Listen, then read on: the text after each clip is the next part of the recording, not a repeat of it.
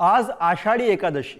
पंढरपूर यात्रेसाठी लाखो वारकरी आपापल्या गावातनं कोणत्याच आमंत्रणाची अपेक्षा न करता दिंड्या आणि पालख्या घेऊन पंढरीला येतात। यंदाही याच विठुरायाच्या भेटीनं लाखो वारकरी पंढरपूरमध्ये आलेले आहेत।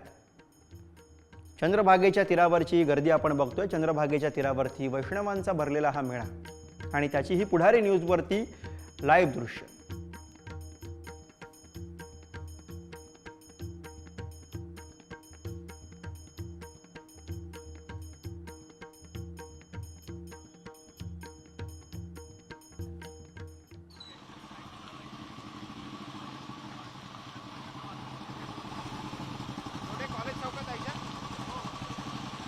पालख्या विठुरायाचं दर्शन घेण्यासाठी भाविक महाराष्ट्राच्या गावागावातून या ठिकाणी पंढरीच्या नगरीमध्ये पोहोचलेले आहेत आणि त्यासाठी एक मोठी रांग पंढरपूरमध्ये लागलेलं चित्र आपल्याला बघायला मिळतंय। जवळपास 24 तासांहून अधिकचा कालावधी विठुरायाचं दर्शन घेण्यासाठी लागतोय आणि याच रांगेतनं पुढे मार्गस्थ होत आपल्या लाडक्या विठुरायाचं दर्शन घेण्यासाठी आपल्याला हे भाविक या ठिकाणी या दृश्यांमध्ये दिसत आहेत।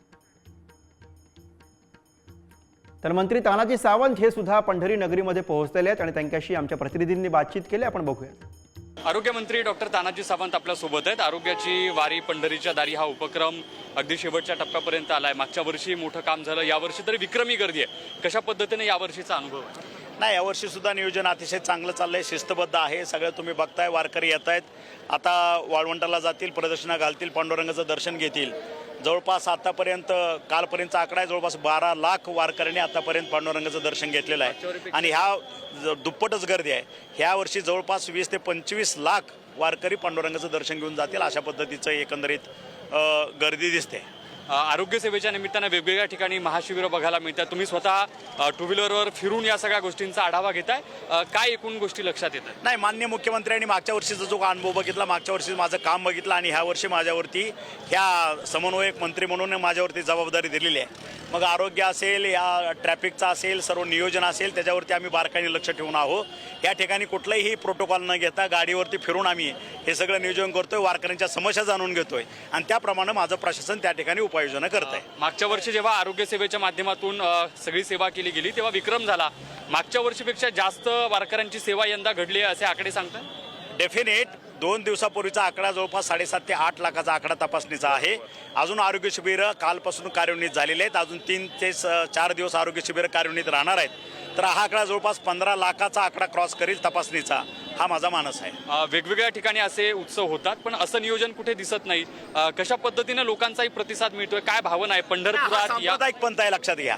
हा अतिशय शिस्तीतला 350 वर्षाची परंपरा असलेला हा सांप्रदायिक पंथ आहे। ह्याला कुठल्या नियोजनाची कुठल्या पोलिसाची इथं गरज नाही। ते स्वतःचे पोलीस असतात, स्वतःची काळजी स्वतः घेतात। त्यांच्या फक्त आरोग्याची काळजी घेण्याचं काम शासनाने आम्ही करतोय आणि मला वाटतं त्याला चांगला भरभरून प्रतिसाद माझे वारकरी बंधू देत आहेत। बरं, वेगवेगळ्या ठिकाणी जे आपण आरोग्य शिबिरं बघितली, काल असा अनुभव बघायला मिळाला की पाऊस पडत होता आणि वारकऱ्यांना त्यात राहता आलं।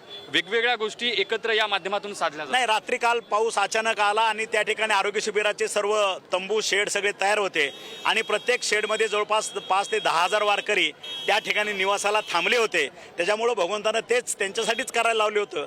तो उपयोग त्यांच्यासाठी निवासासाठी काल उपयोग झाला। आषाढीची एकादशीची ही सगळी महत्वाची योग जुळून येतानाची गोष्ट आहे। पांडुरंगाकडे काय मागणं मागाल?